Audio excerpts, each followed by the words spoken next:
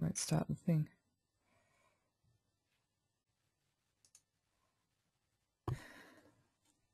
Okay, hi everyone. This is Penny Webb from Working Mums Masterclass. Thank you so much for joining us tonight. We're having 1 hour. The next hour we're going to be talking about style and how we can get it back, or if we've already got it, how we can spruce our houses up a little bit more in a nice cost-effective way. So the first thing I'll do is just go into some housekeeping just to give you an idea of how the webinar actually works.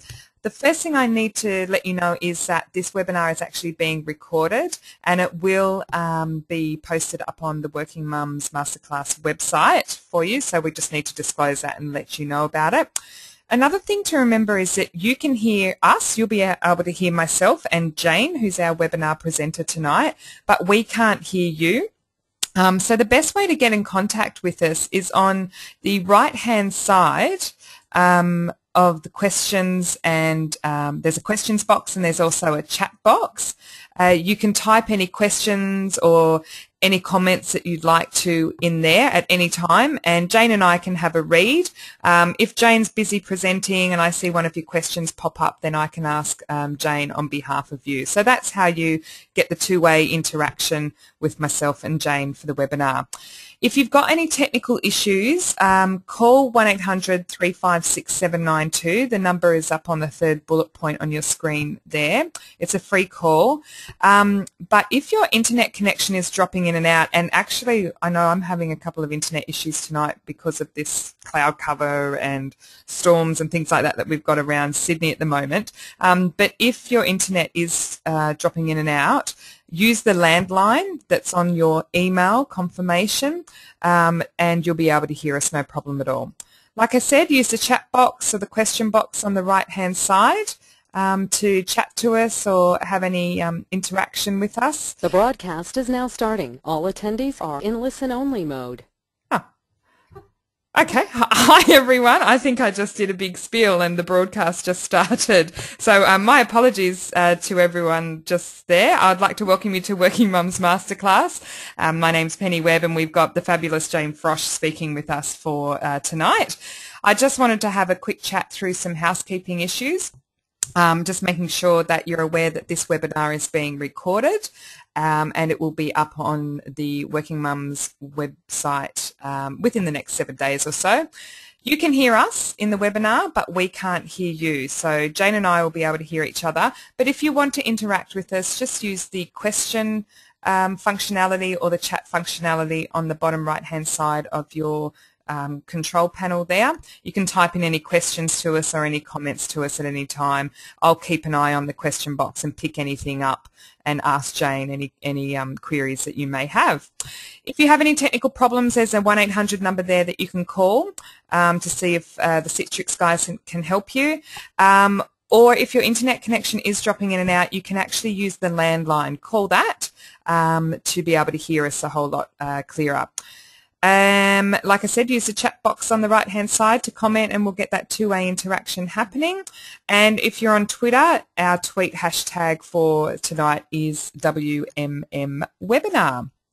So, without further ado, I would like to introduce you to Jane Frosch, who is a gorgeous stylist, and I'm happy to say a friend of mine as well.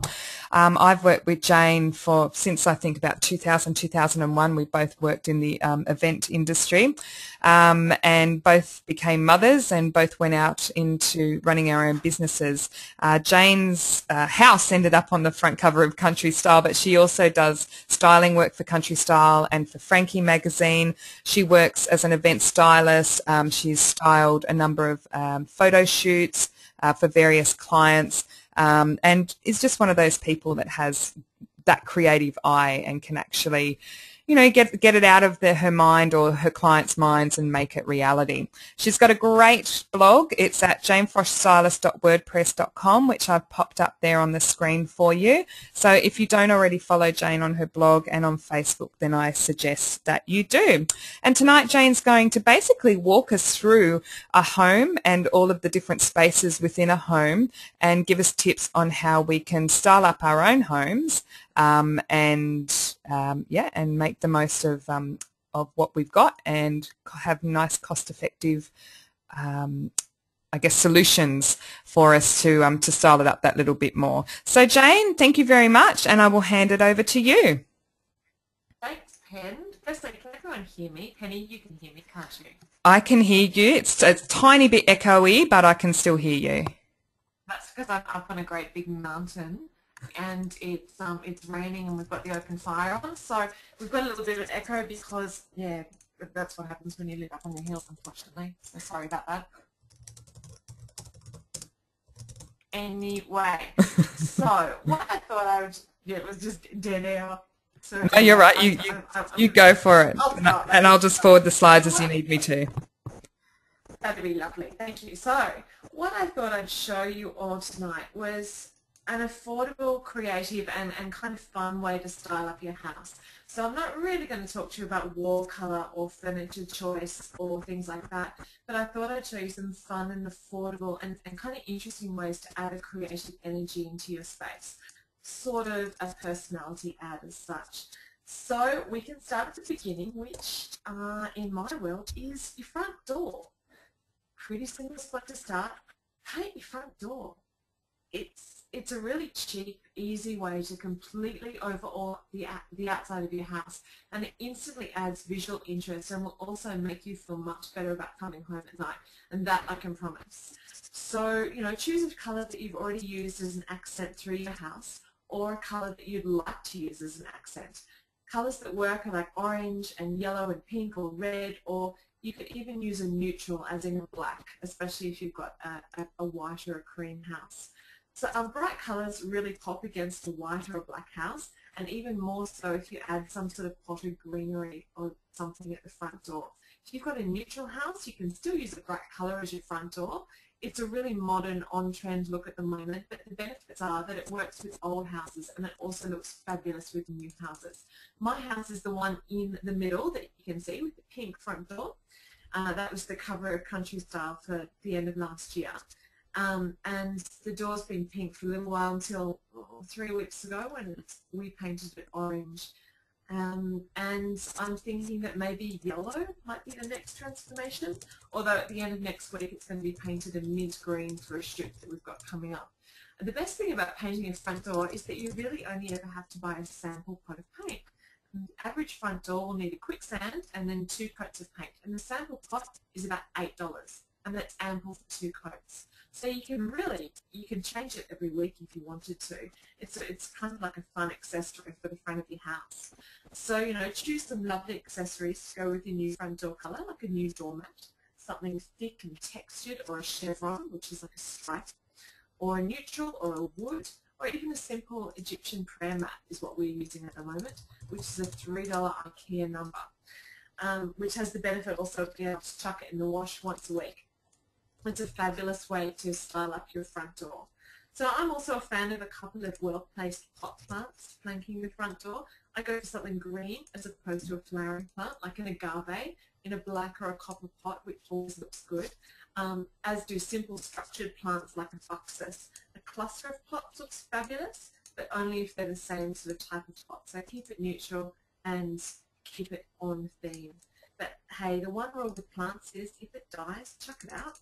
Don't leave it sitting at your front door half dead and looking miserable. It is the worst thing ever. Even worse than that. Even worse than having a bunch of umbrellas at your front door. And I think that's pretty tragic. But you know, if you do go for a colour for your plants, then lavender or geraniums are really great low maintenance plants with a real punch of a flower. And they're so cheap to replace as well. You can probably get away with one every season. And the same as your front door. Red geraniums, red front door, stripy doormat. Fabulous entry to your house. Anyone want to talk about front doors for a second, or shall we move on? No, yeah, you can move on. But while we do move on to the next slide, I'd just be interested if everyone just drops into the question: what colour is your front door right now? Because I don't think. A lot of white. Yes, well, mine's white. I know that. That's definitely true. And you don't think about the front door and even going a different colour until you see ones like yours and, you know, all the ones in these pictures here. So if you want to answer in the question box, let us know what colour your front door is, and yeah, we'll. Yep. Oh, we've got an army green. We've got an army green door from Gemma. Green. What colour is the house with the army green? I'd be interested to know. Yeah, that's you, Gemma. What colour is your house with the army Don't green? say it's khaki. And we've got a wood tone. Yeah, there's a lot of wooden doors. Blue. Elk has got a blue one, so that's great. So we've got a few people out there who are liking to mix it up already. Great. It's such a cheap, affordable way of really changing the look of the front of your house. I love it. It's almost like putting a new pair of shoes on, to be totally honest. You sort of wake up in the morning and go, great, let's paint the front door. And kids go, oh, again, and we've got a letterbox again. I'm like, yeah, it's got a patch. But it's done in one day, so it's that sort of instant gratification, colour, style up. I mean, the aqua one there on the left-hand side, I adore that one. So I'm kind of hoping for this shoot next week that that's the sort of green that they're talking about, because that would work with the black in the front of the house. That's lovely. Anyway, it is lovely, isn't it? Yep. Let's Okay. move to the slide. Lovely. Okie dokie. So let's pretend for a moment that everyone has the luxury of having a hallway in the front of their house, or a landing, or a breezeway, or something that people walk into. We've got a hallway and we've got a breezeway as well. Breezeway is kind of useless. It's sort of one of those spaces that you don't really do anything with. But we're fortunate to have enough space where it doesn't really matter. So it just sort of collects shoes and random kids' accessories. And this is the thing, the main problem with these areas is clutter. You know, with kids and shoes and dog leads and hats and, you know, bags and umbrellas and keys and boxes and wood for the fire and all of the stuff that you have in your life. It bloody does my head in. Seriously, I cannot stand it. So these images here are a way around it. You know, you look at them, they're beautiful. You've got a combination of low-lying benches, either with storage inside them or baskets underneath, walls of hooks and artworks and corkboards, and it really can contain all of that horrible, crazy front door madness that everyone does have in their lives. You can style it up too. I mean, it may sound a little bonkers, but stick the ugly shoes in baskets and put them onto the bench. Leave the pretty boots out to decorate as a feature. If you've got a corkboard, add some gorgeous designer postcards or paper rosettes or ribbons or beautiful things which make the school homework and the health fun forms fade a little into the background. You can use fresh flowers and feature cushions and, you know, a rug. Put a rug down. There's no reason why this space doesn't have to be a room of its own. A rug can add a gorgeous pop of colour. And I guess it really depends on how much space you've got, but you could put a slimline rug down the centre there. So I love the little giant map in the middle image. I can just see my kids sitting there sticking their shoes on and having conversations about the countries on the map. So it sort of changes the space as a flow-through space to more of a living space. And I think that in the house, sorry about the bird in the background. I was just going to say, you might want to introduce your bird to everyone and let them know that it's not a technical issue, it's actually a real bird. That's Byron, the lovebird, and he's a little bit cranky with me tonight because I haven't let him out of his cage.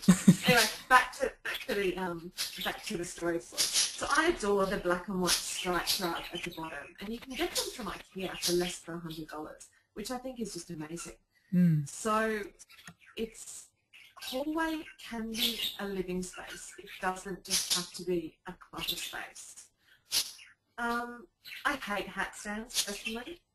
So I think if you can contain everything on the walls, that's a much better option. There's less dust, there's less rubbish and stuff on the floor. You can clean underneath it. It's more realistic. You know, you're not going to go through with your vacuum cleaner and vacuum and then have to work around stuff. Try and move it off the floor if you possibly can. Coat hooks are a great alternate. They're fun and they're stylish. And you can make your own. You can use recycled wood or hooks or paint or door handles or bamboo. It's a really great, fun way of being expressive in your hallway. The next slide, please, Ken. Okay, while we move on to the next slide, can I ask a question, even though I was going to ask a question about rules, but I know that you break all the rules, which is great, which is why you're so good at what you do. But are there any rules around rugs? I know in my hallway area, we have sort of the terracotta tiles, very light coloured terracotta tiles. Are there any rules about rugs on wood or rugs on tiles and what you can use? No, why should there be? No, I knew you'd say that. There's any rules around anything. Mm. So for a terracotta tile, I'd choose something in a neutral tone, like a sort of an ethnic killing rug or something like that, Mm-hmm. or a stripe, or something in keeping. Or you could do the complete opposite and go for something really neon and really bright that Yep. made your terracotta tiles disappear into the background, which could be a good thing. Mm. Okay, lovely. Thank you. Ultimately, you can do something natural and get maybe a Sazal rug from the Natural Flooring Company and really, really put a beautiful natural fibre on those tiles. It would be gorgeous. Yep. Okay, lovely. Thank you. So, next slide is that coat rack thing. Coat hooks, coat hooks. These are a great range of coat hooks here, and it's not like, you know, just sticking your generic ones up on your wall and being done with it. I think these ones are wonderful. I especially love the coloured ends one in the centre. It's fun, it's creative, it sits nicely on the wall. You can get a replica from Matte Black for around $100. So it's not going to break the bank. If you want to do something which is more of a DIY, the vintage oar on the right-hand side with the hooks attached to it, that's a really straightforward piece of DIY that I think anyone can do. It's beautiful, it's effective, it does the job, and it's a little bit different. The coloured handles on the piece of wood, that's also a cute sort of a vintagey look, if that's the type of thing that you're going for. The wood palings that are painted in the bright contrasting colours, I absolutely love this. Yeah, that's lovely. It's bright yellow, and you come inside and you're reminded by that bright yellow when you get through the door. That's a great visual continuity. That's cool. I love that. And that would be so easy to do and so easy to repaint if you needed to. You know, it doesn't have to be permanent. None of this furniture has to be there forever. It's a 6-month thing. It's a year thing. It's whenever you get sick of it, you just move it on and do something else with it. So coat hooks are a fabulous way of getting the clutter off the ground, moving things on, and, you know, using your space as best as you possibly can. Okay, next slide please, Pam. There you go. So, moving on through the hallway and into another potentially feral dumping zone, which is kids' bedrooms. I don't know if you've all got kids. I've got 3 kids. I spend my life picking up stuff from their bedrooms. It's stuff that I didn't even know they had, and it drives me absolutely insane. But anyway, there's quite a lot of fun that you can have in your children's rooms without spending an absolute fortune. And my number 1 tip for this week, which I'm absolutely adoring, is blackboard paint. It is the best thing ever. Opens up a whole new world of creativity for you and for your kids. It colours the wall at the same time. You can paint it on the backs of doors, on whole walls, in the fronts of cupboards, or you can even just make little blackboard tables if it all seems a little bit too full on. Last week I used a vintage wooden cable reel and cut a masonite board to fit the surface. I glued it on top and painted it with blackboard paint. And seriously, he and his little friends sit there for hours around this table and draw. And they draw characters out of books, and then they've got their creative models that they stick on the top of it, and they've created a little sort of 3-dimensional type world with this cable reel, which I think is fabulous. But anyway, I mean, blackboard paint is not an expensive thing to buy. Dulux does a fabulous blackboard paint. It's about $40 for a litre, which might sound a lot, but a litre covers 16 square metres, which is a massive space. So, you know, you just need to buy a litre, or you can actually buy 500 mils for $16. So that's not an expensive option for painting the back of some kid's door or a whole wall in their bedroom, and it gives them so much fun. Keeps them occupied for ages, and I reckon it's a really lovely feature in a kid's bedroom. So, what do you think, Pen? Yeah, yeah, I do. I like how it's on the doors. I hadn't thought about putting it on doors. I've seen it on blackboard walls, but I haven't seen it on the doors, and I love that idea. And also the being on the tables, the homework station in the centre is just gorgeous. Yeah, well, that's what we did for Jasper. I did the homework station. That is an old cable reel, or even just a small table that you could just paint the top of. Yep. It's quite a tactile paint, so it does stick to pretty much everything, which is fabulous. The only thing I would suggest is that if you were going to do it on a door, you do it in a room where there wasn't carpet. Right. Because the does tend to get stuck in the carpet. So if you're doing it on one of those little round tables, just put a rug or something underneath it that you can lift up to collect all the chalk.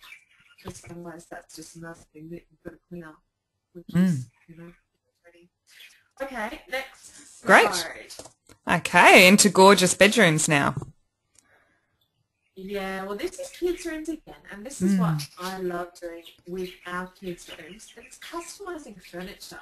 You know, it's all very well and good to be going out and buying bits and pieces, but make it your own. You can bring it home and paint it and change the colour of it and make it fit into your world more than you fitting around a piece of furniture that you happen to buy. So these cast iron beds, I absolutely love these cast iron beds. They're so cheap. I've bought all three of the kids one from garage sales, and I think they cost around about $20 each. But you can buy them on eBay for well less than $80. And they are really, really easy to customise in any colour that you want. I've let Scarlett choose her own colour. Then you just buy spray paint and spray paint 2 coats on the iron, which, how simple is that? It's pretty much, done again in an hour and a half, which is sort of how I'm placed, really. I like things to be done quickly, and I like projects to be finished, and I like to move on to the next thing. I hate it if I'm stuck between projects, or if something takes longer than 3 hours, I kind of get bored and you have to move on. So I love the lemon yellow, I love pale pink, I love aqua. They all look gorgeous, and they look fabulous with the contrasting linen. If you look at the yellow bed on the left-hand side in the middle, with the aqua linen and the brown and white chevron rug, I think that is just a beautiful, clean, fresh space for a kid. It's absolutely gorgeous, and it's just an iron bed that someone has painted, and that's it. It's really, really simple. So as well as beds that you can customise, how about adding some wallpaper to their walls? If you have a look at the image in the centre on the right-hand side, sorry, it's a bit clunky describing that. Basically, all they've done is gotten scraps of wallpaper, just remnants, and hung them all on the same wall. They're all clashing colours, they're all clashing patterns and designs, but hey, how well does that work together? It's a feature wall, it's picked up with that little feature light in the middle, there's nothing else going on in the wall, and it's absolutely a totally successful room. So I think, yeah, kids' beds are a real way forward. And, before we moved to the country, we had treehouse beds for the kids. I think I spent nearly $4,000 buying bunk beds and bits and pieces for the kids, only to have them fall apart. Yeah. The quality of them was just atrocious. They were all made of chipboard, and as soon as you moved house, the whole thing fell apart. But these iron beds have been around for hundreds of years. They're old shearers beds, they're old hospital beds, and they're going to last. I think that's great. You could also, if you don't want to go down that sort of path with the full bed, you could use the bed head as a feature in the room as well. So again, you could paint it up, you could add photographs, stick things on it, all sorts of bits and pieces, and make it into a feature into the room. So, loving the iron beds. Yeah, I like the idea of making a feature out of it too. As we move to the next slide, Jane, can I ask you, are there any tips with painting the iron? Should you prep it, or is it literally that as simple as you just said, it's just putting the paint on and away you go? I guess it really depends, Pen, on what sort of a result you're happy with. I kind of like a crusty sort of rustic result, and because I've got short attention span, I tend to just go gung-ho and spray paint stuff. But it's probably not the best way to do it. If you really want a nice, glossy, flawless finish, give it a light sand with some sandpaper first. Yep. Or you can buy some paint thinner, which takes any sort of leftover paint from the last coat of paint off, and then you can spray paint it and you'll get a much better finish. But I quite like it when the paint chips a little bit, you get some of the old colour coming through or some of the iron coming through. I think that's really quite lovely. It's a little bit more lived in for me. I like things to be a little bit rough. Yeah. And absolutely. And we'll move on from talking about beds and things like that there too. So on to the next slide, Jane. On to the next slide. Okay, so this is another fun thing that you can do in your kids' room. Wall art. I think Penny had a post not so long ago about changing up her little boy's room with wall art. Yep. And I think it's an area that a lot of people get a little bit confused by. But there's no need to. I mean, it's quite simple. You just add colour and texture and you can make it yourself. And it's really, really easy. If you look at the image in the centre, this I call the Crayola painting. Yeah, I've And seen it this. is simply sticking the crayons to the top of a canvas and then getting your hairdryer and melting the crayons. Wow. And literally the crayons just run down the canvas and it dries really quickly and you're left with this beautiful, colourful artwork that costs next to nothing. It looks fabulous. And it's really, really simple to do. And how do you stick, Like that. sorry Jane, how do you stick the crayons on? Do you just use a glue gun to stick them on the top of the canvas? Yeah, you just use the glue gun and the paper on the crayons just sticks to the top of the canvas. Really clever, really easy, and it's super, super effective. So that type of thing anyone can do. You can do it on a large scale, you could do it on a small scale, you could do 3 next to each other, you could do different colour schemes. For example, you could just use the pinks, you could just use the greens. It's kind of an endless list of possibilities with that. Just don't use the browns and the blacks because they tend to bleed and everything sort of then turns murky and kind of gross. But it's a quick fix if you want something beautiful to put on your kids' walls. But I also love putting letters and numbers on kids' walls. Again, it's a really affordable thing to do. You can go Spotlight, you can buy the wooden ones or the paper mache ones at Spotlight, and you can just cover them with fabric, with wallpaper. You can paint them. You can put a rusted surface onto them. You could paint them with gold spray paint. There's 1,000 different options. You could paint them all in the one colour. Add size, add colour, add texture, visual interest. You can see in that image on the top left-hand side there's a giant, great big stripy Z at the bottom there.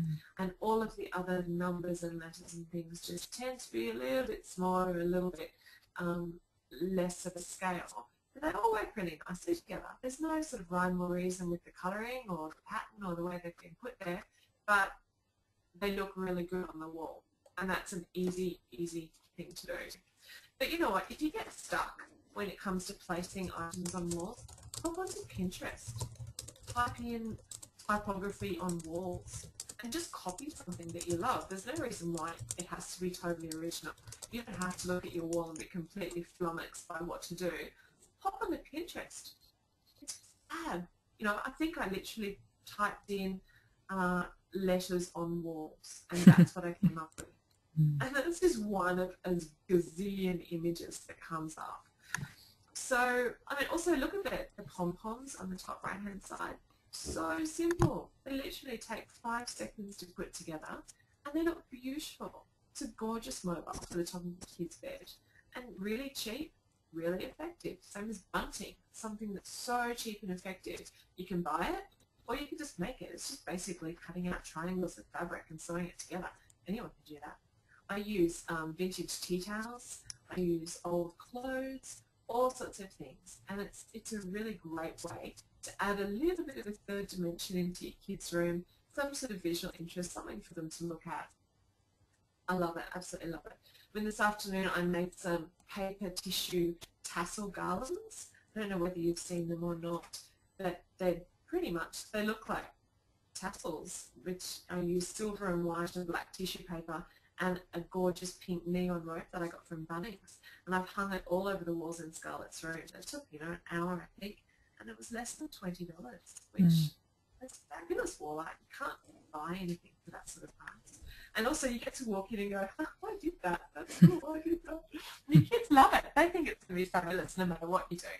But also, you could paint up, have a look at the bottom right-hand. That's gorgeous. Wooden crate and attach them to the walls. It's really, really simple and effective way of adding colour, adding texture, and adding also storage to your kids' rooms. Great spot to store toys and books, and it keeps everything off the floor, somewhere where they can put things away. I know my kids, if they've got somewhere to put something, they'll do it. They don't just leave it on the floor just for the hell of it. They like to do it. So the main point with doing something like that is to lay the crates out on the floor first so you can get the general layout, and then cut shapes out of paper that are the same scale, and then take the paper to the walls. So then you can see how the layout works without actually having to drill holes unnecessarily into your walls. Then you can just drill straight through the paper and pull the paper off afterwards, and you've got your perfect layout. Otherwise you tend to sort of start putting one on and then the other one doesn't work, and you end up with all the wrong size and the shape, and it could be a disaster. But that's the absolute easiest way to do it. So bottom left hand image is those fabulous spice racks from IKEA. Now, I'm sure you've all seen them. Basically it's a spice rack from IKEA which costs about $1.90, and you just attach them onto your walls, and they make the best book racks ever. My kids have got them in their rooms, and I just painted mine with white gloss, but it would look amazing with a rainbow of colours, with like a gold or something shimmery, a myriad of options. And the bottom left-hand image is a totally fabulous representation of that. It's a full-on library, which all kids would absolutely adore. It's wall art, it's a library, it's storage, and it's really, really cheap way of effectively using your space. I think I said before, I love maps. I'm a real fan of maps, and I think maps in kids' bedrooms are wonderful. Whether you use wallpaper, you can get full-on maps that cover an entire wall, or whether you use the old school maps, which I personally love. They just spark heaps of conversations, and you can show your kids where you've been and where you'd like to go and where they live, and all of those wonderful things that kids love to learn. And also colour and texture. It's wow factor on a map. It's wonderful. Moving on to the middle row on the right hand side, vintage suitcases. My kids have got heaps of vintage suitcases in their rooms, and they're great for keeping, Lego and blocks and train sets and all sorts of wonderful things in. And they look really great if you pile them all up as a feature. You can use them as bedside tables. You can put the night lights and things on them. They're great as dual usage. They're also really good for putting dress-ups and stuff in, and also for play acting. I know that my kids traipse through the house constantly with their suitcases filled with objects that they're going to take on their pretend holidays, or that they take out to the tree house, or whatever they're going to do. So vintage suitcases are a super one to look out for. Again, you pick them up at markets for $5 each. Doesn't really matter what happens to them. They're, pretty much throwaway bits and pieces. I also love hanging clothing on coat hangers on the walls. That little dress at the bottom in the centre is just beautiful. And little clothing that your kids have grown out of that's still gorgeous, use it. If it's got a beautiful pattern on it, stick it on the wall. If you want to, stick it behind a frame, or just hang it on a coat hanger on the wall. I think it's just a gorgeous reminder of where they've come from and the sort of bits and pieces that they like, and again filled with stories and memories, and just a lovely, lovely thing to hang on your walls. Also, give your kids bins. Spray paint them. Give them a colour. Use them to put laundry in, bits and pieces in. They're, again, a great, really cheap item that can be practical as well. And if it takes the clutter off the floor, in my opinion, that's a win.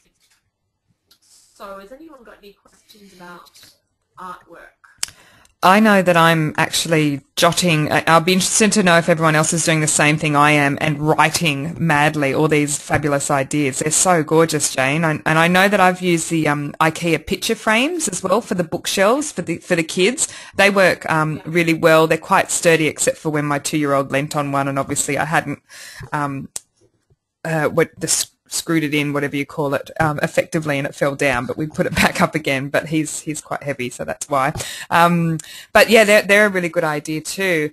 I have a question actually that Gemma popped up, just going back to the blackboard paint very quickly, and we're at a halfway point for you, Jane, as well, just a time point. She just wanted to know whether you've heard of anyone magnetizing the wall before they put on the blackboard paint, and whether, in your opinion, you think that would work or not.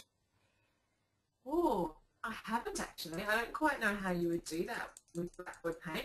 Gemma, can I look into that for you, and I'll email you about that later? Or I'll post it on my Facebook page if anyone else is interested in that. So, good question. I don't know is the answer to that. Yeah, that'd be great if you could. Yeah, follow it up. But yeah, everyone's writing madly like I am as well. Okay, well, don't write madly. You can probably if anyone wants any information afterwards, just, log onto my Facebook page, ask the questions, and I'm more than happy to fill in the answers. Okay, on to the next slide, Darren, please. So forwarded through. Onto artwork. Yes, please. Artwork for kids' rooms. I think artwork looks really good clustered into groups. For example, I much prefer a wall of frames over 1 or 2 small ones. I think that the scale, people quite often get the scale wrong when they're hanging things onto walls, and they sort of get overwhelmed and go, well, I'm just going to put one thing there, and then because there's another whole wall over here, I'll just put one thing over here. But it kind of doesn't work that way. If you fill one wall with art, the other wall doesn't even exist. So you don't have to fill the other wall. You don't even have to look at the other wall because your focus is on this one wall that is filled with art. So if you look at grouping things together, use odd numbers as well. 3 or 5 images are visually much more appealing than 4 for some reason. 2 doesn't work at all. So if you use odd numbers, it seems to fill the space in a lot better. I reckon that the IKEA Reba frames are the best for kids' rooms. They're a really good thickness, they're a really good density, and they're cheap to buy. I think they're about $19. They start at about $19 for a frame, which, as far as I'm concerned, is pretty good value. But you don't need to go out and buy expensive artworks to put in the frames. I bought recently a vintage kids book from a market. I think the book was 50 cents. I cut out some of the images that were theme related, for example, in Rafferty's room I did planes and boats. I chucked them in the Reba frames and put them on the wall. And they looked amazing. And that was it. Literally $19.10 per frame, which is a really affordable way of funding up your kids' rooms. You could use offcuts of wallpaper, or thanks Byron, or you could use wrapping paper, or you could use your kids' paintings. You could use pretty much anything in those frames as long as the frames are the same. If they're different, it kind of looks a bit funny, but if they're the same, it looks really good. But also you could do something similar with pegs and twine. You can just peg up some beautiful thick jute from one corner of the room to the other, and then you could just peg prints onto the twine and do it the whole way across the wall. You don't need to just do one either. You could do, as in the top right-hand image, you could do 5 rows of it. How cool does that look? That's pretty much just a book that someone's cut up with the alphabet on it, and they've just pegged them onto that string. It's a really clever, really effective way of covering a great expansive wall for very little money. I also love the paper doll cutouts in the very centre. They're just paper cutouts from a book, and they've used the same frames, and I think it's a really effective way of of making a feature wall in a kid's bedroom. So pretty much it's as easy as choosing a theme and sticking to it, whether it be birds or dolls or numbers. I don't know whether it's just me, but I think that vintage prints and vintage fabrics work a lot better than contemporary ones. The colours and the textures are just a little bit more grounded and a little bit more real, and not quite as synthetic and in your face as products seem to be now. You know, there's nothing worse than merchandising and people who put Ben 10 posters on their kids' walls and stuff like that. If it's up, that's your thing, but I can't stand it. I think it's horrible. Wallpaper. Again, wallpaper is a super way of funking up your kids' room. Look at the patchwork wallpaper on that middle image on the left-hand side. How gorgeous is that? You don't need lots of wallpaper. They just cut out pieces and stuck them on. And I love that sort of patchwork effect. It's really textural, really creative, and it is a beautiful backing for what could be a really simple room. Another fun thing to do in a kid's room is a mobile. If you have a look at the one in the centre row on the right-hand side, it's just lace doilies, and that's all it is. It's pretty simple to achieve. I reckon how I would do that would be to spray paint lace doilies with a colour and then just paint them with fabric glue until they harden, and then you can just hang them from fishing line. And that's a beautiful, beautiful way of achieving a really, really simple mobile. And then, we've got maps and all sorts of things. And kids' artwork, if you have a look at that bottom image in the middle, it's just stretches of wire which people have pegged the thousands and thousands of paintings that you get from people. They all look the same, but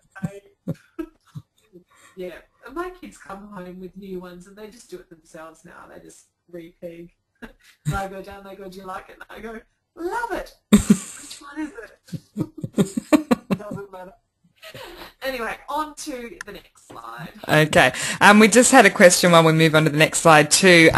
When you were talking about statement furniture, you know how you had the coloured iron beds. The question is, would you go with a coloured piece of statement furniture rather than a coloured feature wall? It's a really good question. Oh, absolutely. I hate feature walls. I loathe them. I can't see the point, to be totally honest. It's almost like you go, well, I need some colour in the room, but I'm not gutsy enough to paint the whole room in this colour, so I'm just going to paint my wall. And I think that it just never works, because then you look at the rest of the room and go, well, what happens over here? It off-balances your room before you even start. So I really think the best way to approach a bedroom or a space is to paint a neutral-ish colour, like a soft dove grey or a pale blue or something like that, and then to use a piece of furniture to add visual interest. I think that's probably the best way of doing it.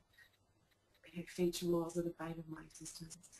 I know. I've done feature walls in the kids' rooms, and when we were doing some work with Stretch Interiors recently, they said if you want to keep your feature wall, that's fine, but now we're working really hard on putting lots of stuff up on the other two walls to balance the feature wall out. Yeah. So it's... And you have to compensate, and it just kind of... Yes. It never worked. You're starting off on a really bad foot. You sort of got one side of your room which is loaded, and then you'd be tempted to put your furniture on that side of the room, which loads up that side even more, and it's just completely unbalanced. So I would steer away from feature walls if possible. If you want to paint your whole room a dark colour or a full-on colour, go for it. You know, there's nothing wrong with that. If you balance that out by having a neutral carpet and a white ceiling, great, go for it. And then a fabulous big coloured piece of statement furniture in there. Sounds good. No. No. Oh, okay.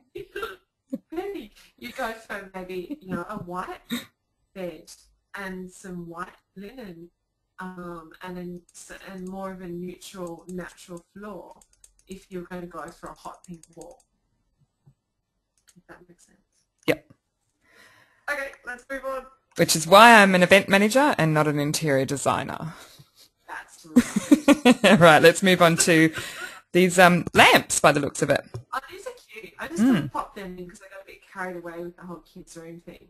And these are just, little night lights because, I've got a little boy at the moment who's now crying in the lounge room because he's frightened, which is fabulous. But night lights are something that all kids need, but they don't have to be horrible and cheap and nasty and those horrible ones that you see in Big W.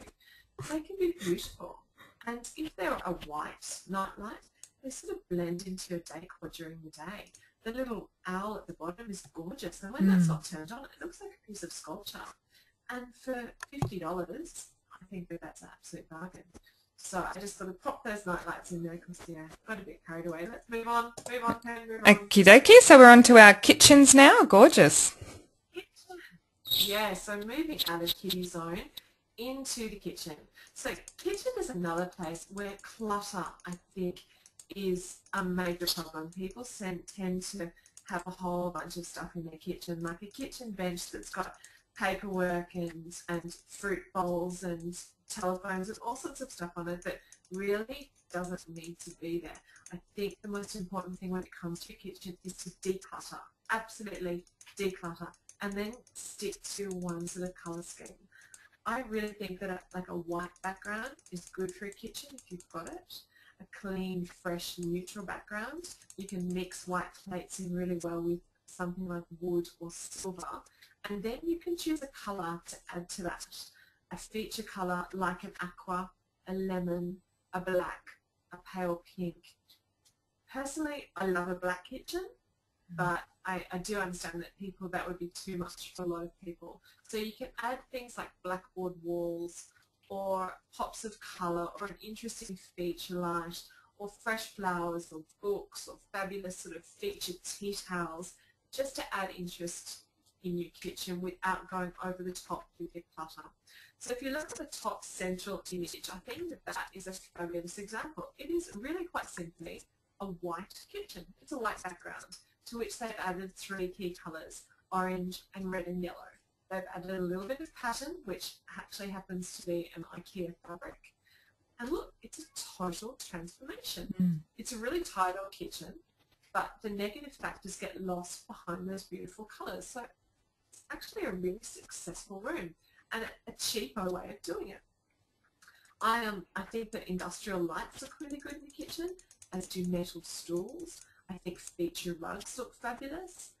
Again, I think that objects are more powerful in groupings. I love grouping things together like bowls and plates and glasses. Their things are really, really powerful in a group, but not so powerful by themselves. If you look at the bottom central image, it is so incredibly simple. It's really clean, yet it's totally, totally stylish. I love that. And I think that that's what people need to go back to when you're talking kitchens. It's not about your appliances. It's not about your fixtures. It's about decluttering. So ideally, you could use the same accent or a different strength of the same accent as you use on your front door. So for example, a hot pink front door could translate to a white kitchen with a little pop of pale pink. And I think that that is a really successful sort of kitchen. What do you think, Newen? No, I love it. I love the I really like that orange in there. I'm so into orange at the moment anyway. But I like how they have lifted. You're right. It is a tight old kitchen. It's got the older sort of cupboard doors on it and everything, and they've really brought it into, a modern look. Absolutely. And if you're renting, that's the sort of thing that you successfully do. I mean, that really is a 1950s kitchen, and basically they've just painted it white and added those features. And I think that that's gorgeous. That to me, I'd be happy having a kitchen like that at home. Yeah. So, again, it doesn't have to be a very expensive exercise to update your kitchen. You just have to choose your accessories quite well. I've got a question from Erin Jane. She says, I have a blank wall space in my kitchen that is visible from the living area. Can you suggest a place to source a quirky print to brighten the small kitchen up? To source a quirky print? Yeah. Can you suggest a place to source a quirky print? Yeah, absolutely. I hate to sort of recommend replicas, but places like Matt Blatt have got really good replicas of original designer products at a fraction of the price. And they do prints from the 1950s onwards, and they're really good quality, and they're not very expensive. So I'd probably start with something like that. You can look online and find movie prints and have them made up.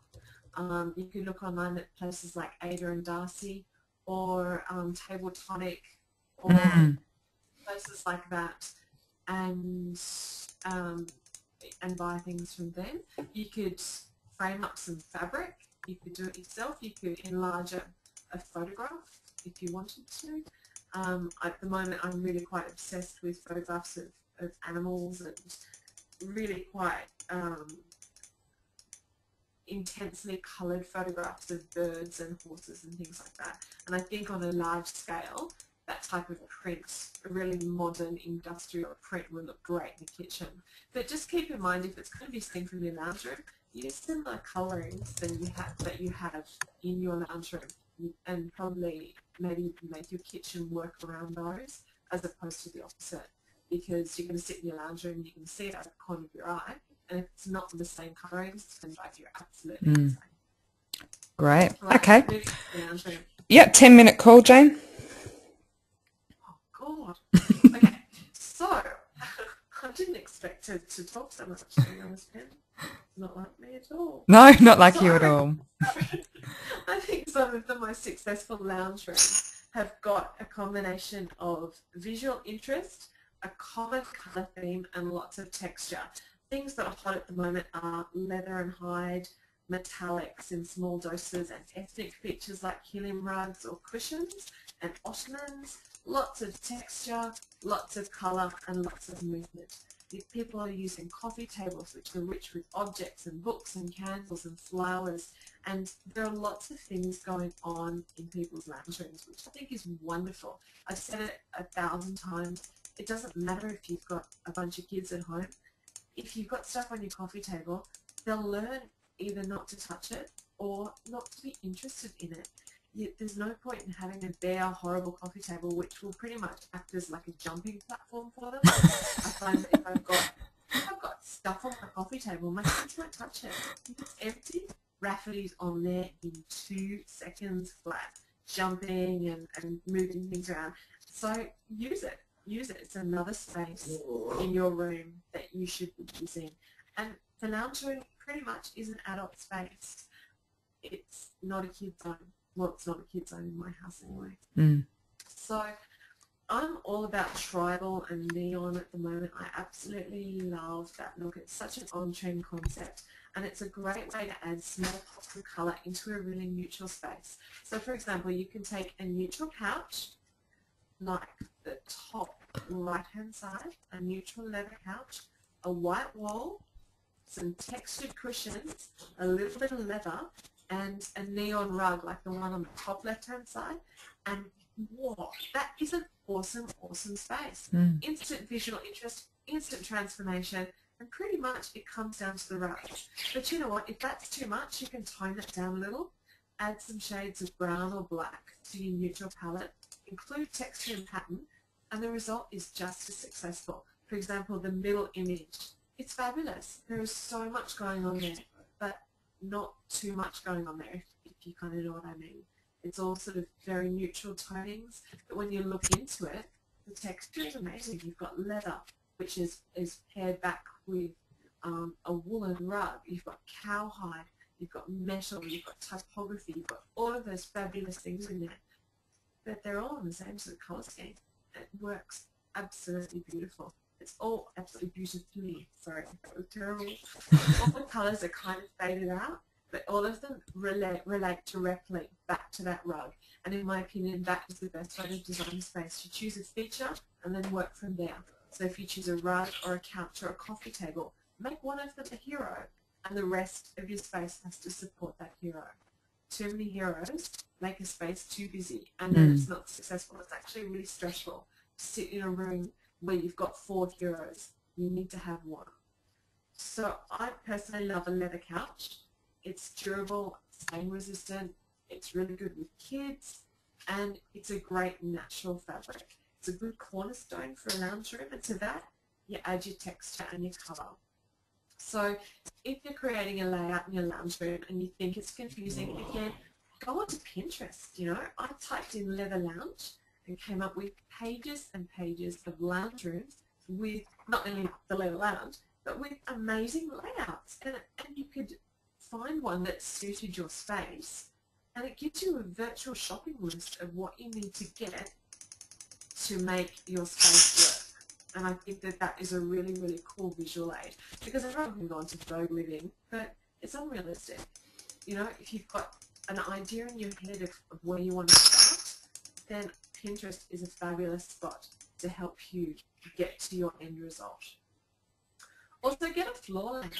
You know, I think a lounge room needs to be a really intimate space, and in-ceiling lighting doesn't offer that intimacy. You need to be able to create shadows in a lounge room. It's almost like candlelight. It needs to be intimate. It needs to be a grown-up space. You can't just flick a light on and off. I think that that's not a very successful space. So also televisions. Let's talk about televisions and DVD players and DVDs and cables and horrible stuff like that. Get rid of them. Hide them. Get rid of your cables. Don't have them under the coffee table and coming out the back of your plasma, and it looks horrible. If you can, mount your screen on the wall.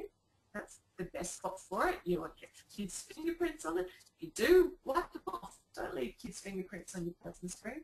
But also, if you can't, sit it on top of a low-lying cabinet and then hide all your tech inside the cabinet, and make sure it has doors that close so you can get rid of all of that clutter.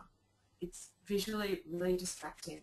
So yeah, get a cabinet, make sure it's a decent size. Again, there's nothing worse than those horrible little corner cabinets which those very big televisions sort of precariously teeter on top of them. I think they're horrible. I hate them. So get rid of them. Get a decent cabinet. That was a bit full on, wasn't it? No, it's, you feel very passionately about your TV units. It's fine. I do. Yeah. Right, next slide, please, Pen. Okay, and while we move to the next slide, just a question. One of the girls has asked, she needs a new fridge, just talking about kitchens, going back to kitchens. Should she choose a white one to tie in with the cabinet, so assume the cabinets are white, or brushed steel to match the other appliances? I quite like a brushed steel. Make sure you get one that the fingerprints don't show up on. I think if you choose a modern looking fridge, a white can look good. I personally go for a coloured fridge if I could. I go for one of those beautiful schmeg ones with the sort of pale blue or hot pink or whatever. But, you know, they're around $6,000. Yeah. So I can totally understand that you're not going to go for that. But I think a stainless steel fridge is a nice look because it ties in the rest of your appliances. Great. Okay, so walls in your lounge room. Add some art or some photographs or some prints, or you know what, add everything. Objects again look really good clustered together. They're powerful as a group. Make a wall of art or choose one huge piece. I think scale in your lounge room is really important. Don't do the whole two tiny little images on a wall because it doesn't look very good. But it doesn't need to be expensive either. Again, maps are great, or flags. I love flags. Look at the image on the top row in the middle, that American flag. How powerful is that as wall art? It's gorgeous. Or if you look at the image in the middle, which is the map with all of the gorgeous clusters of frames and things around it, that's fabulous. It's really boho and really sort of a little bit eclectic, but I think it works beautifully in that lounge room space. But also don't feel that you've got to hang your art.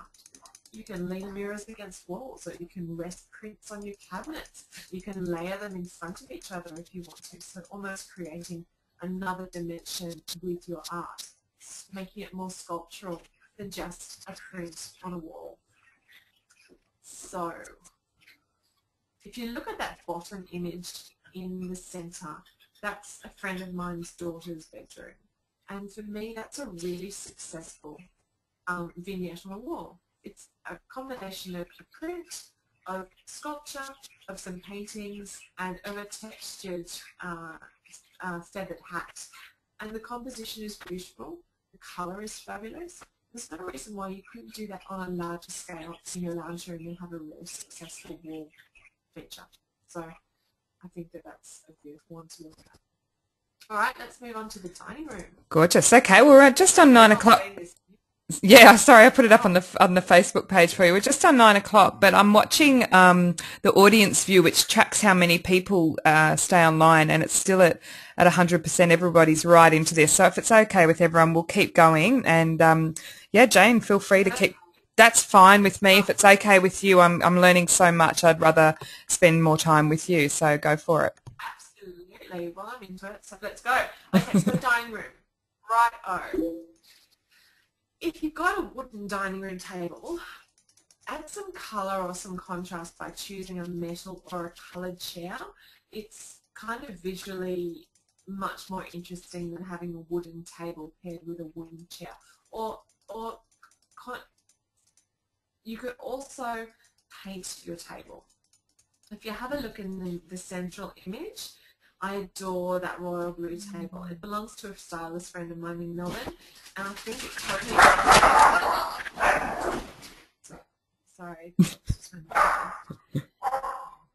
totally transforms the look of that room, and it's much more powerful to have a blue table with the white chairs than a white table and blue chairs. I think it's really, really strong, and I absolutely love it. And if you don't have an heirloom table, for example, you've just got a normal wooden table, have a go. Paint it. Choose a colour that you wouldn't normally use. Or again, you could choose the colour that you painted your front door. You can then have that same visual continuity going throughout all of the spaces of your home. And you might think that that's terribly interesting and terribly important, but people remember stuff like that. And it's a lovely way of adding flow through to your space. So you can mix it up a little as well. I mean, I'm a sucker for an industrial space. I love the contrast between wood and metal. I think that that's really beautiful. But you can also add different shaped chairs and different coloured chairs. They also sit happily next to each other if you use the table as a feature. So if you have a great big solid wooden table, you can pretty much do whatever you want around the table. It doesn't matter because the table is the feature. So all of the chairs will just happily sit there. Also, if you can, add a feature light over your dining room table. It's dramatic, it adds focus, it shows people that that's exactly where they're supposed to be. There's no mistaking if you've got a beautiful low-lying feature light hanging over that table, that that's where you're supposed to be sitting having your dinner. And then you can keep the rest of it really simple. The table will weigh the space down to the ground, the chairs will add interest, and the feature light adds drama. You don't really need very much more. You can plonk a bucket of flowers in the middle of the table and then you're done. Nothing fussy, no tablecloths, make it clean and modern.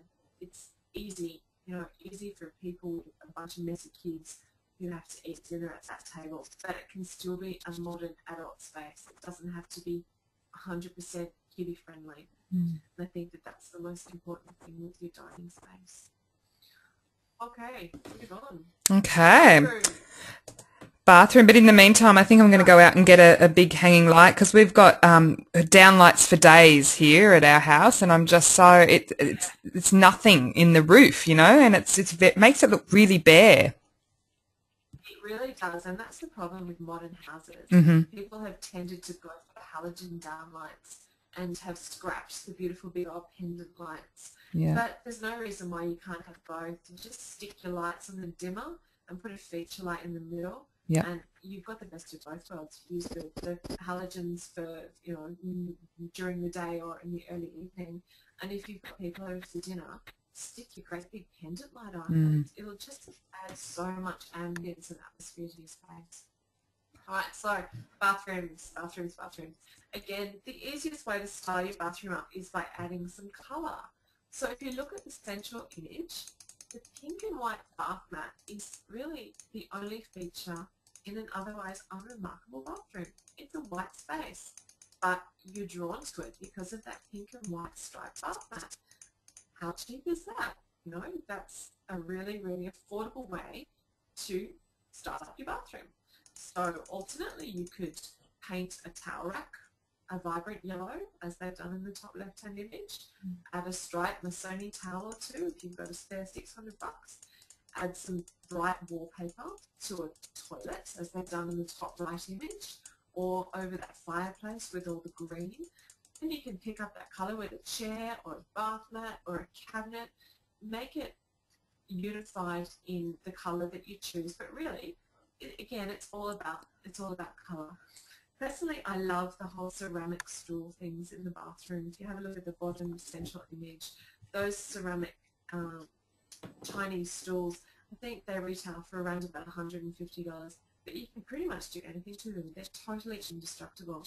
I use them as a side table for the bath, or as a place to put flowers on, or you could fold towels on them or put bathroom product on them. You can move them around. They're absolutely fabulous. And again, they're a really affordable way of styling up your bathroom. Again, I really like a feature light in the bathroom. I've got a vintage French pale pink chandelier hanging over our bath at the moment, which is a little bit opulent, a little bit over the top, but I absolutely adore it.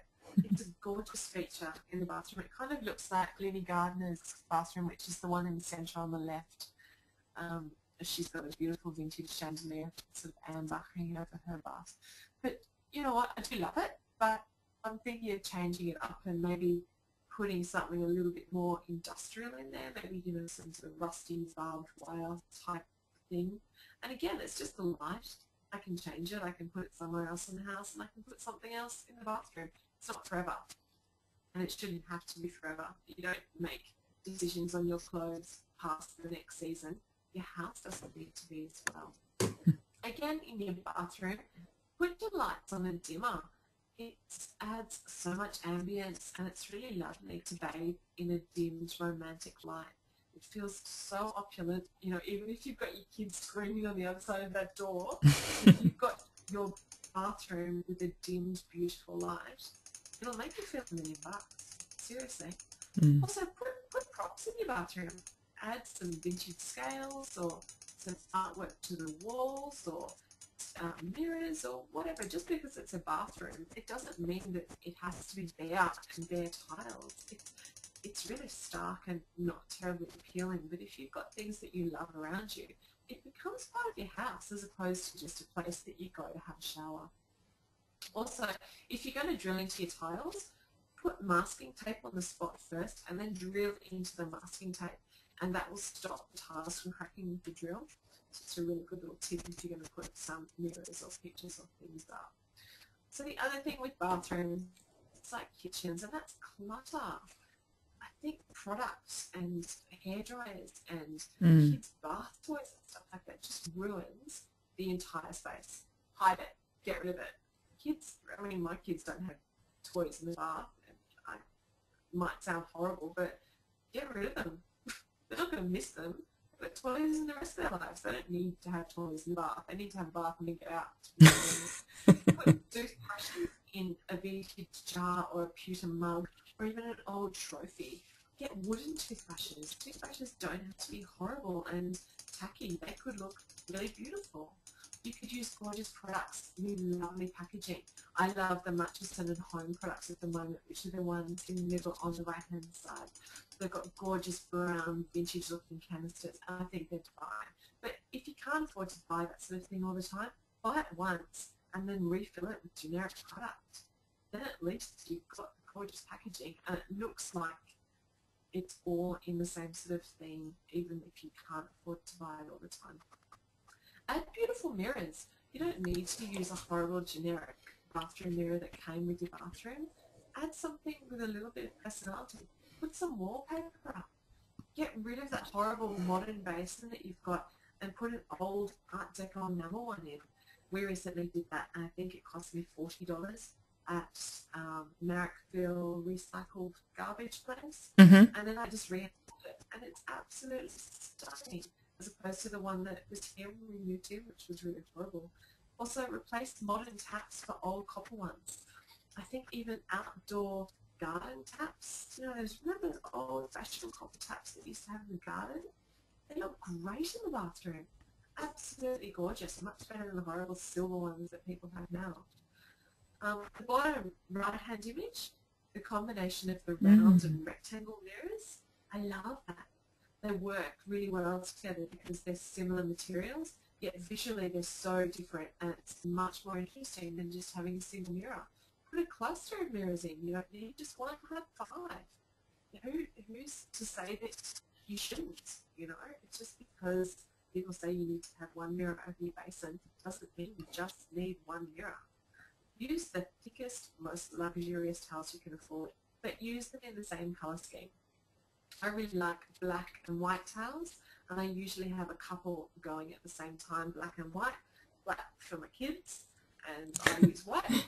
And I also have a couple of brightly coloured sort of striped towels as features, and I don't usually use them. I know it sounds really daggy, but I just have them just as feature towels. They're almost like, you know, a bit of propping, a little bit of artwork, and I just stick them over the top.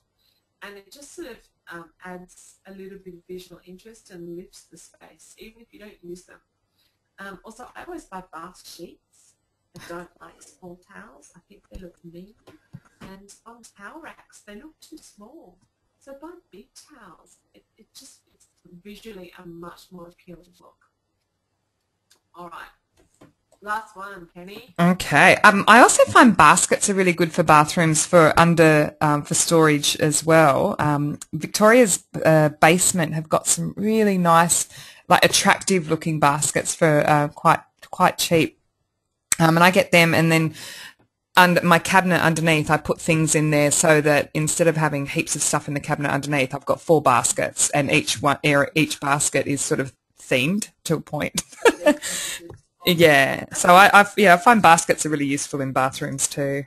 I agree too, as long as they're in a cabinet and not on the ground. Because, you know, the amount of water that kids splash everywhere in the bathroom, you don't want all of your product and your towels and stuff getting wet in baskets on the floor. So if it's in a cabinet, super. Yep. Yep. All right, last one is outdoor space. Wow. Outdoor space can be kind of tricky. I think the main problem is that outdoor furniture is really boring, and it's also super, super expensive. You know, there's only a few spots that you can go to that have decent outdoor furniture, and the prices that you're expected to pay are just absolutely gobsmacking. So I steer away from that as much as possible, and usually tend to go back to vintage when you look at outdoor furniture. You know, beautiful wood that's been aged and silvered, old bench seats that then you can cover with colourful cushions, retro day beds, beautiful cane furniture that you can then paint, or you can sand back, or you can change the colour of and change the colour of the cushion. Butterfly chairs, this is my new big thing at the moment. So you can see in the bottom right hand image is some gorgeous, gorgeous butterfly chairs. I mean, they're expensive to buy, but they last forever. You just have to replace the covers on them, and you can pretty much do whatever you want with them there. And they're super, super comfortable to sit in. Another thing I think for outdoor is a fire pit. I don't know how big your garden spaces and things are, but you can have a little sort of copper fire pit like that middle left-hand image in a courtyard. It's a gorgeous way of taking people outside even in winter, as opposed to those terrible heat lamp things that people use, the mushroom, which are just really ugly, and people stand under them and you don't quite know what you're supposed to do. It's a fire pit. Everyone can sit around it and you can have fun, and it's visually, it's beautiful, and it's got a gorgeous smell, and there's things to do. You know, you can stoke it, and there's all sorts of stuff. You can cook over it. It's just a really interactive sort of zone for your garden. And kids learn pretty quickly not to go near fire. You know, it's only a problem for kids under a certain age, I think, and then they learn quite fast to stay away from it. But I think outdoor furnishings is mostly about your accessories. It's about your soft furnishings, you know, cushions that you can add in that gorgeous yellow and white chevron, the beautiful retro beach umbrella. Add some symmetry in your planter boxes, you know, with colour and copper and texture, and grow herbs and gorgeous things like that. You can upcycle all your old deck chairs or your mum's old deck chairs just by adding different canvases.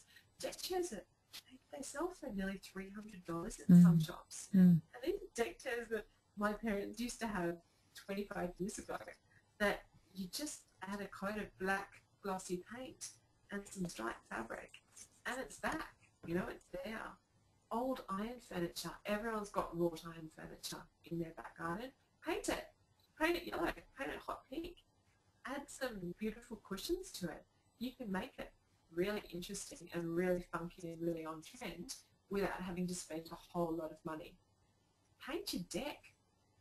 Decks don't have to be that horrible Merbau brown colour. Paint it black. Paint it white. Make it interesting. Make it part of your living space as opposed to the bit at the back that everyone's sort of forgotten about, but you kind of have to go out to because that's where the barbecue is. You know? Feature lights. You can hang lights in trees. You can hang lanterns. You can use candles. There's all sorts of stuff that you can do. Paint your fences. You can really style up your terrace or your back garden or your courtyard to be an extension of your living space as opposed to a space that people have forgotten about. So I think I'm done. Wow. Jane, lucky it's recorded is all I can say, and I'll have the record up in, it normally takes me about 7 days because I have to do some technical stuff with it, and that takes me a while to do. But I'm going to be listening to the record again because even though I was writing down so many notes, I know that I've missed some as well because there was just so many tips and tools in there. Girls, if we've missed any of your questions, pop on over to Jane's Facebook page. It's Jane Frosch Stylist. Is that right, Jane? Yeah, absolutely. Yeah, pop on over to Jane's Facebook page and pop any questions that you have up on her Facebook page. And she's also got her blog, janefroschstylist.wordpress.com, where you'll be able to get in contact with Jane too. And also, Jane, would you be able to tell the girls very quickly about your project to get to London and to see if we could spread the word about that too? I'd love to. Basically, a stylist over in London by the name of Abigail Ahern, who's pretty much one of the world's top stylists. There's 2 or 3 who are globally well known and just amazing people. She's offered me the opportunity to attend one of her workshops over in London, which is a pretty big thing, and I'm really, really excited about it because quite often the styling overseas is very different to the styling in Australia, and I think that we are missing quite a lot of that global trend here in Australia. So basically she's offered me the workshop, which is fab, and I just sort of got to get there.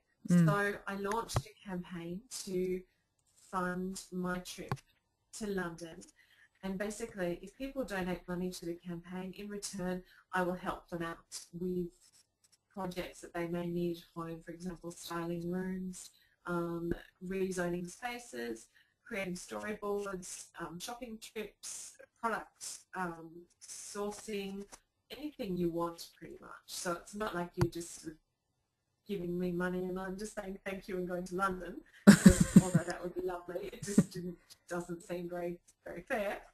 So that's basically what I'm doing. So if you want to have a look on my blog, it'll take you over to my campaign on Indiegogo, or you can just go to Indiegogo and type in my name and my campaign will come up. That's great. And if you want to share it or participate, then that would be super. Yeah, absolutely. So we'll help spread the word out as much as possible. Jane, thank you so much. That was fantastic. I learnt so much, and I know there was a few girls taking notes when I said, "Is it all right if we keep going?" There was a few of them that went, "Yes, yes, keep going, please do." So it really was very beneficial, and thank you for introducing us to your menagerie, your bird and your dog as well. We enjoyed their input too. So, ladies. Ladies, I just want to let you know about next month's webinar. We've got Nicole Avery, who's the author of Planning with Kids and also blogs at Planning with Kids, and she's just launched a new menu planning app for your iPhone, as part of the Planning with Kids area, and she's going to be talking about time management. So we'll pop the information up on our Facebook page and our website in the next couple of days for you to register if you would like to. Once again, thank you so much, Jane. I really appreciate it. Very proud to call you a friend as well. Just so fantastic to learn so much from you tonight. And ladies, thank you very much for taking the time out to come and listen to us on our Working Mums Masterclass webinar. When you log out, there will be a very quick survey. It'll probably take about 1.5 minutes for you to complete. And if you could do that, that would help us improve our webinars in the future as well. So thanks again, Jane. I'll catch up with you soon, hun, and thank you everybody else for attending tonight. All right, guys. Thank you very much. Thanks, Jane. I'll speak to you soon. All right, ta-ra. Bye. Bye.